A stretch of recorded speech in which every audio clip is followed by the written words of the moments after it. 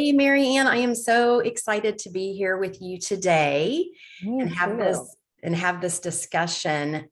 So, something that is always a frustration for women or a challenge for women is envy. Hmm. It's always been a basis of a topic of discussion, but something that we really haven't looked into or discussed a lot or seen a lot around is couple envy. Oh, that's a big one.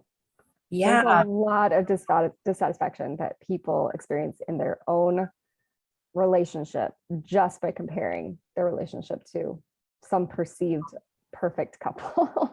Yeah, I totally agree. And I honestly have personally done it myself in the past. Oh, sure, me too. But let's back up for a second and let's start off. What's the difference between envy and jealousy?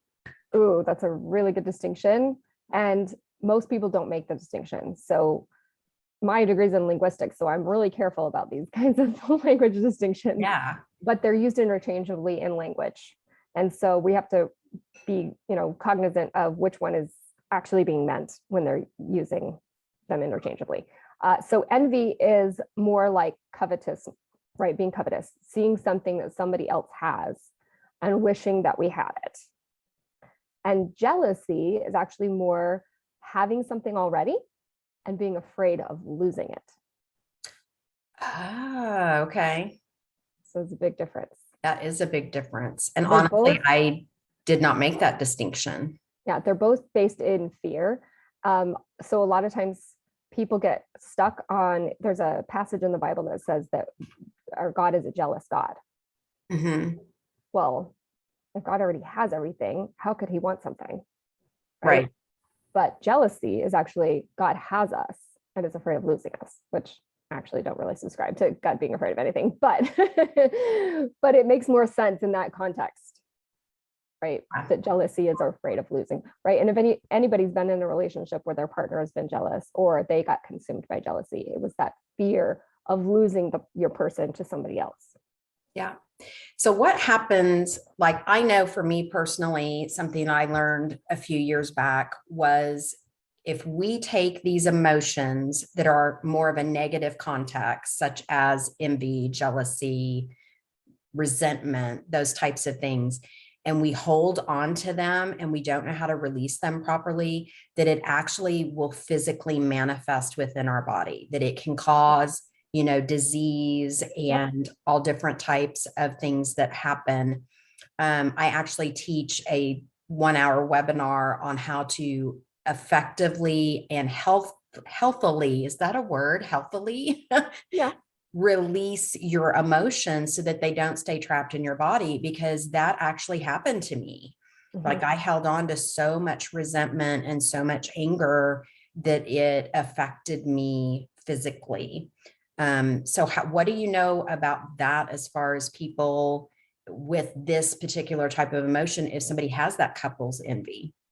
Okay, so I love that you spoke to resentment because the shadow side of envy has that resentment piece to it, right? There is a more positive side of envy where we can actually use that to accelerate, but we'll get to that.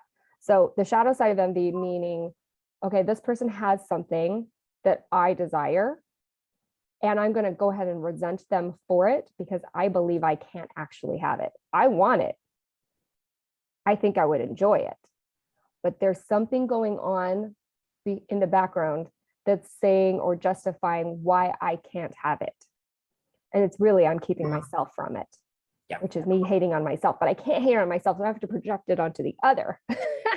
We have to be the victim. We have to blame Yeah. someone else. It couldn't possibly be our fault. Right.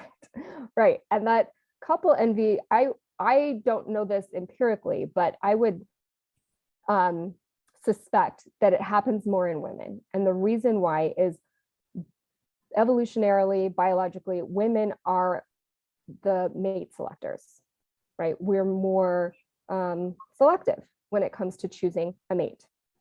Men, not so much. And so because we're selective, we are looking for the candidate that's highest in the dominance hierarchy. That And check when they're list. the checklist, right? So if there's a dominance hierarchy, then there definitely means that there's some things that we value more than other things. And that necessarily means comparison. And it feels yucky. Yeah. Well, we've got about 2 minutes left. And so I want to make sure we touch on just a couple more things before we wrap this up today. How can we use envy? Because we know envy, if we have it, we hold on to it, it's going to keep us from creating the life we want, living the life we want, and being fulfilled in the life we already have. So how could we take maybe the positive aspects of envy, because every emotion has an opposite or a positive or a dark side. How can we take the positive side of envy and use that to help accelerate us into a better life? Great question. So envy is, any emotion is signaling us to let us know that where we're at is not where we want to be. It's signaling us that we have a desire, we have something that we want to manifest or something we want to express, right? And it's that contrast between where we are and where we ultimately want to be is very useful to orient us, right? So envy can be very orienting, right? We can perceive that maybe this couple has better communication. And actually, my relationship doesn't have great communication. We miscommunicate a lot. We misunderstand each other a lot, right? And that's not what's going on now, but it used to be. And so it can help us to pinpoint what we want. And we can't get what we want if we don't know what we want, if we don't have a vision or some kind of conceptualization of what we could be enjoying in contrast to what we're currently experiencing. And so when we let go of the resentments for them having it and be fine with them having it and be happy for them if we choose that, right? And we allow ourselves to have that and get into the story of why we think we can't have it and really call ourselves out on our BS, then we can move in the direction of our desire and actually take action and not be blocked from taking action. Yeah, absolutely. Oh my gosh, such great advice. And that is going to do it for the 7-minute mentoring today. Thank you so much for your time. If anyone out there wants to discuss this more in depth or has additional questions, Merianne and I both do consulting and coaching, and we both have separate practices working very differently. Merianne, you specialize more in couple relationship, correct? Okay. And then I help women rise above the adversity and they go from adversity to achiever. So all of our contact information will be located around this video, either above it, below it, beside it, whatever you're watching this on. So we hope you enjoyed this and we look forward to hearing from some of you in the future. Thanks, Tabitha. Thank you.